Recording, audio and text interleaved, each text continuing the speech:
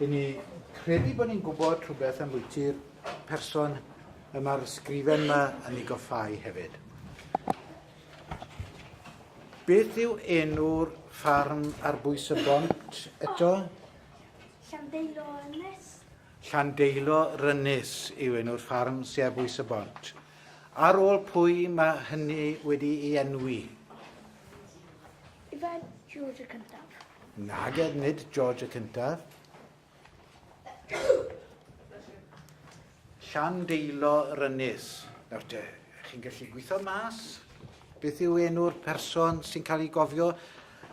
Amser bod llan mewn enw, yn aml iawn, dim bob tro, yn aml iawn mae enw person yn dilyn. Llangadog ar ôl cadog. Llanddewi ar ôl dewi.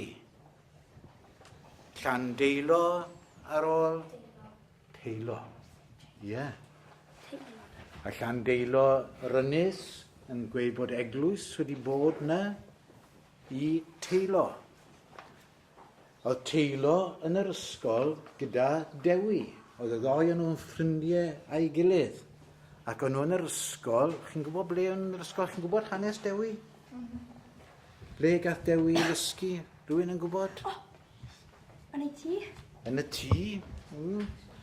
Oedd ysgol yn ardal Llanddeisant. Ath ei hen fynyw a bwys Aberaeron gynta ac yna ath e lani Llanddeisant. A enw yr athro yn yr ysgol yna, ac oedd Dewi yn yr ysgol a Teilo yn yr ysgol gyda'i gilydd. Yn ôl beth i ni'n gallu casglu. A enw athro'r ysgol oedd Peilin. Ac mae'r garreg yma yn coffau Peilin.